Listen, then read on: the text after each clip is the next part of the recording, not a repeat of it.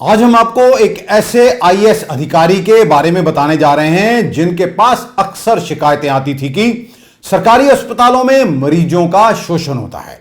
जो मरीज यहां पर इलाज के लिए आते हैं उनसे पैसा भी वसूल किया जाता है और उन्हें महंगी दवाइयां लिखकर दी जाती हैं।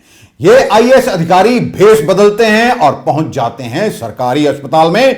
हम अब आपको बताते हैं कि ये आईएएस कोई और नहीं, आप देख सकते हैं तस्वीरों में गले में गमछा इन्होंने पहन रखा है, कुर्ता पजामा पहने हुए हैं और पैरों में कैंची चप्पल पहन रखी है।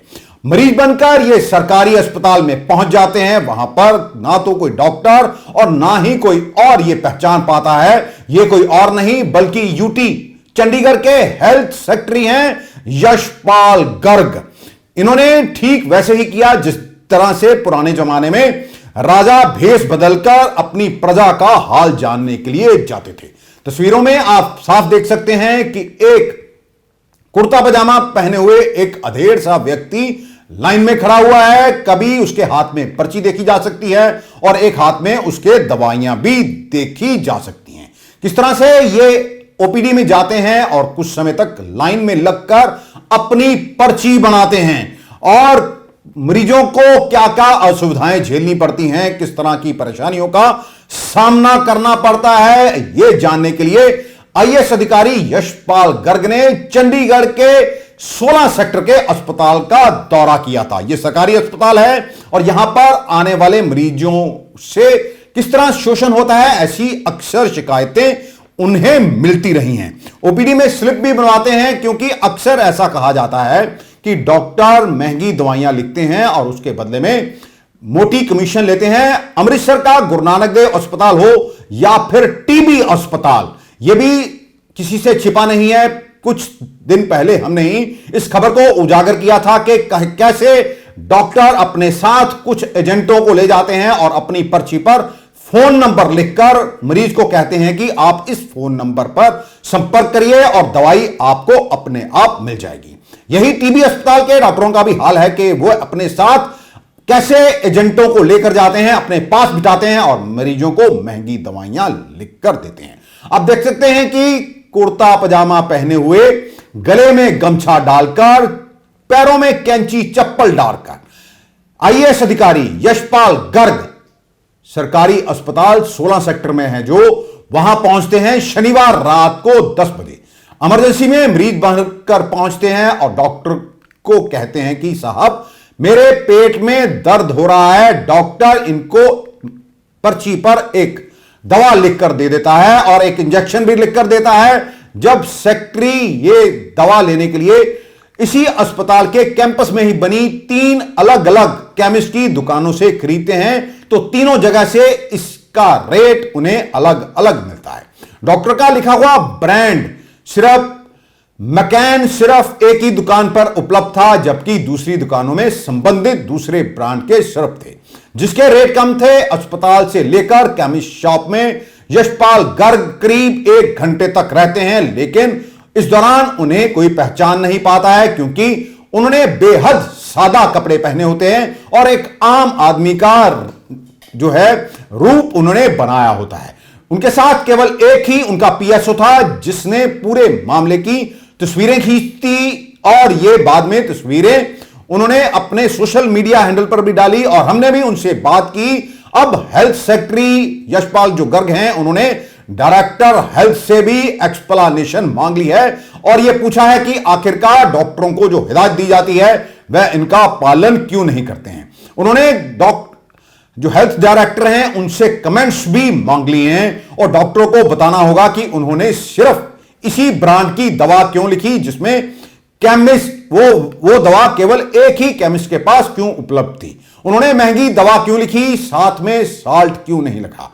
हमेशा यह एक विवाद रहा है कि अक्सर सेहत विभाग के आदेश आते हैं कि डॉक्टर की ओर से सरकारी अस्पतालों में खास तौर पर किसी को ब्रांड नेम नहीं लिखकर दिया जाएगा, लेकिन यहां पर तो डॉक्टरों ने अपने अपने एजेंट रखे हुए हैं, अपनी अपनी दुकानें लगा रखी हैं जहां पर उन निर्धारित दुकानों पर ही मरीजों को दवा लेने के लिए भेजा जाता है। शनिवार की रात करीब 10 बजे सेक्रेटरी हेल्थ यशपाल गर्ग अस्पताल में पहुंचते हैं और डॉक्टरों के पास उस समय 6 से 7 लोग खड़े होते हैं। ओपीडी में वह लाइन में खड़े हो जाते हैं। 10 मिनट खड़े होकर उनकी बारी आती है। डॉक्टर जब पूछते हैं कि आपको क्या हुआ, तो अपना नाम पहले डॉक्टर को बताते हैं कि मेरा नाम राजपाल है और मेरे पेट में दर्द हो रहा है। डॉक्टर ओपीडी कार्ड बना देता है और एक इंजेक्शन लगाने के लिए कहता है और मकैन सिरप लेने की सलाह दी जाती है। आप साथ साथ तस्वीरें देख सकते हैं कि किस तरह वह एक बिल्कुल सादे आदमी बनकर अस्पताल में गए थे और वह कभी इधर तो कभी किसी दुकान पर खड़े नजर आ रहे हैं और कभी दवा की पर्ची हाथ में लेकर इधर उधर घूम रहे हैं। जो डॉक्टर उन्हें जांच रहा था, उन्हें इस बात का आभास ही नहीं था कि जिसे वह आम व्यक्ति समझ रहा है वह कोई और नहीं बल्कि चंडीगढ़ के हेल्थ सेक्रेटरी हैं। केमिस्ट शॉप 6 जहां पर डॉक्टर का लिखा हुआ यह दवा मिलती है, वहां से उन्हें 227 रुपए में यह दवा मिलती है और कंपनी के बीच और डॉक्टर के बीच क्या रिलेशनशिप है, क्या एग्रीमेंट है, इसकी रिपोर्ट भी हेल्थ सेक्रेटरी यशपाल गर्ग की ओर से ड्रग इंस्पेक्टर से मांग ली है। तीनों दुकानों पर जब उन्होंने बिल मांगा तो उन्हें बिल तो दिए गए, लेकिन बिल तब दिए गए जब उन्होंने इसके बिल मांगे। इसलिए ड्रग इंस्पेक्टरों को इसको लेकर कारण बताने के भी आदेश जारी किए गए हैं। दुकान नंबर 6 ऐसी है जिसका के विवाद चल रहा है। यह दवा वहीं मिली। जानकारी के मुताबिक यशपाल गर्ग जो कि आईएएस अधिकारी हैं, केमिस्ट दुकान नंबर 6 पर जाते हैं। यहां पर उन्हें वह दवा मिल जाती है जो डॉक्टर ने उन्हें लिखकर दी होती है। उसकी कीमत होती है 227 रुपए। इसका भी वह बिल ले लेते हैं। अस्पताल की जिस दुकान को लेकर विवाद चल रहा है और जो पिछले करीब कई सालों से यहां पर इकलौती केमिस्ट की दुकान थी, उसी में डॉक्टर के लिखे हुए ब्रांड की यह दवाई मिलती है, जबकि दूसरी 2 दुकानों में इस ब्रांड की दवा नहीं मिलती।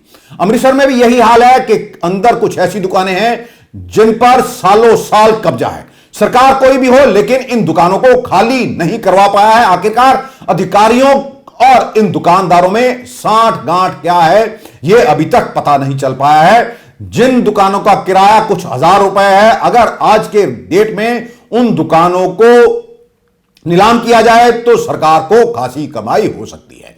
केमिस्ट शॉप नंबर 9 में यहां आईएएस अधिकारी यशपाल गर्ग को बताया गया कि उनके पास डॉक्टर की लिखी हुई दवा तो नहीं है, लेकिन उन्होंने और दवा उनको दे दी। यह कहा गया, उन्हें यह बताया गया कि यह डॉक्टर जो भी दवा लिखता है वह दवा कुछ ही दुकानों पर मिलती है। उन्हें दूसरा सिरप दे दिया जाता है जिसका रेट था 100 रुपए, लेकिन साथ ही यह कह देते हैं कि यह दवा आप डॉक्टर को दिखा लें। अगर डॉक्टर मना करते हैं तो आप इस दवा को वापस लौटा देना। यहां पर भी बिल दुकानदार ने खुद नहीं दिया, मांगने पर बिल दिया। सेक्रेटरी यह दवा डॉक्टर को दिखाने के लिए जाते हैं तो डॉक्टर इस दवा को लेने से मना कर देता है। जब कहा कि उनकी लिखी ये दवा नहीं मिल रही है तो वह 60 लिखकर भेज देते हैं। इसी दुकान पर दोबारा सेक्रेटरी पहुंचे तो दुकानदार वह दवा वापस लेकर दूसरे ब्रांड की दवा दे देता है और बिल रिवाइज करता है 136 रुपए का। और फिर जाते हैं ये केमिस्ट दुकान नंबर 7 पर। यहां पर भी दूसरे ब्रांड की दवा सेक्रेटरी को 135 रुपए में मिलती है। यहां पर भी मांगने के बाद ही उन्हें बिल दिया जाता है। सेक्रेटरी ने डायरेक्टर हेल्थ सर्विसेज जो हैं यूटी के चंडीगढ़ के, उनसे 15 दिनों में रिपोर्ट मांग ली है और बाकी स्टाफ से भी रिपोर्ट तलब कर ली है। जो सिर्फ डॉक्टर ने लिखा था वह परवाणु हिमाचल प्रदेश में बना हुआ है और यह कहा जा रहा है कि दूसरी दवाओं के मुकाबले में खासा महंगा था। 2 दुकानों से जो दवा दी गई थी वह सस्ती थी, इसलिए सेक्रेटरी ने 15 दिनों में डायरेक्टर हेल्थ और बाकी स्टाफ से रिपोर्ट तलब कर ली है। डॉक्टर ने पेट दर्द होने पर जब मरीज ने बताया कि मेरा पेट दर्द हो रहा है तो 60 लिखने की बजाय दवा का ब्रांड क्यों लिख दिया। 2 अलग अलग दुकानों से लिए गए ब्रांड के मुकाबले में ये दवाइयां महंगी क्यों थी। ये आप किस तरह सादे ढंग से ये सेक्रेटरी वहां पर जाते हैं। अगर ये लाव लश्कर के साथ जाते तो शायद इस खेल का खुलासा नहीं हो पाता।